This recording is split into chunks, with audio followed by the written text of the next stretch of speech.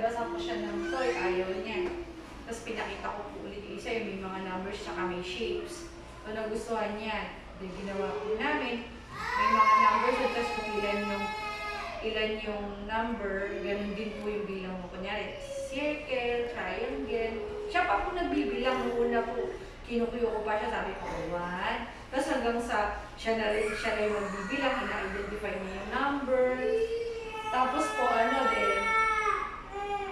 ano po siya, yung sa color board, yung i-match niya. So, ginawa po niya, hindi rin po niya na-sustain. So, kailangan ipaprank mo po siya. Tapos po, yung blocks na ginagamit niya yung paggawa ng mga so pinag-play ko siya. Siguro po saglit lang. Pagkatapos, ginanyan niya, tinapon niya na sa floor. Sabi ko, pulutin mo yan. Kaya po hawak ko po siya para pulutin niya. Tapos sa color niya yun, ayaw niya mag-color. Kaya hawak ko din po yung kamay niya. Sabi ko, 10 lang, 10 lang. 10 counts lang ka ako ng coloring. No. Oh, bit-bit. Sabi ko kasi, tapusin mo na tama akong na.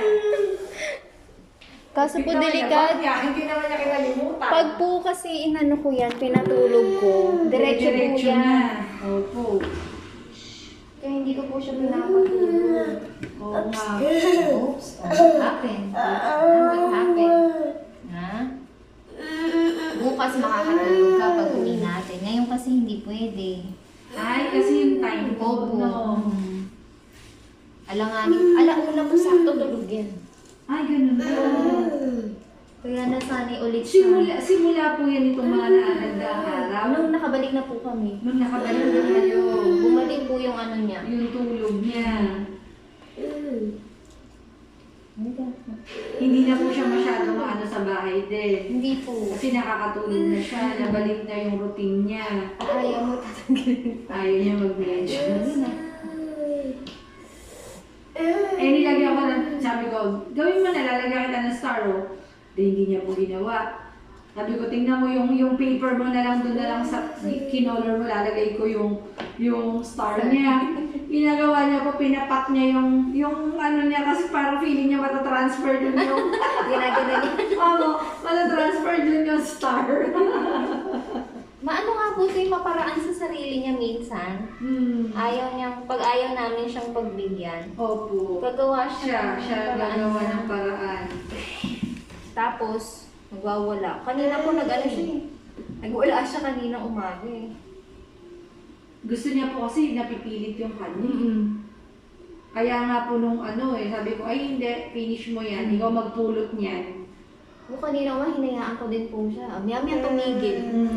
Tumigil siya. Kasi once na lagi pinagbibigyan, Opo. namimihasa. Tama po. Bye-bye! Bye! See you tomorrow. See you tomorrow! Hindi, antok na. Nagpa-massage ka pa, nagpa-brush ka. Halika na, let's go. Oh, let's go na.